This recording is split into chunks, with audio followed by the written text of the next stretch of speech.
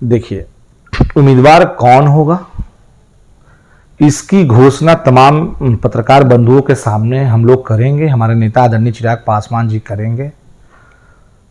बहरहाल बिहार कल नोटिफिकेशन जारी हो जाएगा। उम्मीद करें कि 2-3 दिनों में हो जाएगा। हमको लगता है कि 2 से 3 दिन में हो जाएगा बिहार, लेकिन उस पर लास्ट मोहर मेरे नेता, चूंकि पार्टी के राष्ट्रीय अध्यक्ष आदरणीय चिराग पासवान जी हैं, सिंबल पे उन्हीं का साइन होगा। इसलिए नमस्कार, आप देख रहे हैं धा न्यूज और मैं हूं अभिषेक मिश्रा। बिहार में 2 विधानसभा सीटों पर उपचुनाव होने हैं और उपचुनाव लड़ने का ऐलान चिराग पासवान की पार्टी ने भी किया है, लेकिन सिर्फ ऐलान नहीं किया गया है। अब ये बात कही जा रही है कि 2 सीटों पर क्या, बिहार में तो मध्यावधि चुनाव तय है, इसलिए 243 सीटों पर चुनाव लड़ने की तैयारी है। हमारे साथ कृष्ण कुमार कल्लू हैं, पार्टी के प्रदेश प्रवक्ता हैं। 243 सीटों पर चुनाव लड़ने का मामला कहां से आया? अभी तो 2 सीटों पर चुनाव हो रहे हैं, मध्यावधि चुनाव तो जब होंगे तब होंगे। बिहार में 2 सीट खाली हुए हैं बिहार विधानसभा के, जिसकी उपचुनाव की घोषणा चुनाव आयोग के द्वारा कर दी गई है। 2 सीट लोक जनशक्ति पार्टी बहुत मजबूती के साथ लड़ेगी। हमारे नेता आदरणीय चिराग पासवान जी ने स्पष्ट उन्होंने कह दिया है कि दोनों सीट कुशेश्वर स्थान और तारापुर विधानसभा चुनाव लोजपा लड़ेगी, और लड़ेगी ही नहीं बल्कि जीतेगी भी। और आप जो 2 सीट की बात कह रहे हैं, 243 सीट की बात कह रहे हैं, मैं 243 सीट की बात इसलिए कह रहा हूं कि बिहार में मध्यावधि चुनाव होना सुनिश्चित है। यह कहना अभी बहुत जल्दबाजी होगा कि कब होगा। चुनाव 6 महीना के अंदर हो जाए, 3 महीना के अंदर हो जाए। 6 महीना से ज्यादा लगेगा? नहीं लगेगा। नहीं, हमको नहीं लगता कि 6 महीना से ज्यादा लगेगा। डेडलाइन है मेरा, आप ऑन द रिकॉर्ड रखिएगा। चुनाव के साथ हो जाए या उससे पहले हो जाए? बिल्कुल हो सकता है। इसलिए हम लोगों ने 243 सीट पर तैयारी कर रखी है। मध्यावधि चुनाव क्यों होगा इसको भी मैं साफ कर दूं। बिहार में 4 पहिए की सरकार चल रही है, अपनी अपनी महत्वाकांक्षा पाल रखे हैं एनडीए के तमाम नेता। 2020 में जब बिहार विधानसभा का चुनाव था, उस वक्त हमारे नेता आदरणीय चिराग पासवान जी ने बिहार के उस वक्त जो वर्तमान मुख्यमंत्री थे आदरणीय श्री नीतीश कुमार जी, और हम लोग एनडीए के पार्ट भी थे केंद्र से लेकर बिहार तक, तो उन्होंने कोऑर्डिनेशन कमेटी की बात कही थी। हमारे पार्टी के द्वारा बिहार फर्स्ट, बिहारी फर्स्ट जो डॉक्यूमेंट विजन था, उसमें बिहार की समस्याओं को लेकर के दर्शाया गया था।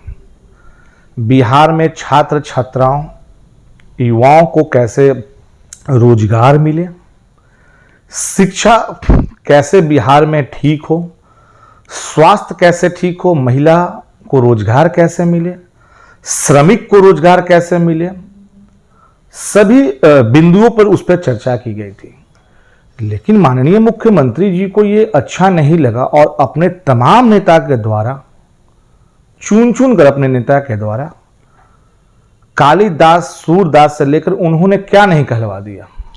मुंगेर की तारापुर सीट से जो उम्मीदवार थे 2020 के विधानसभा चुनाव में लोक जनशक्ति पार्टी की तरफ से, उपचुनाव में भी वही उम्मीदवार होंगे। देखिए, उम्मीदवार कौन होगा इसकी घोषणा तमाम पत्रकार बंधुओं के सामने हम लोग करेंगे। हमारे नेता आदरणीय चिराग पासवान जी करेंगे।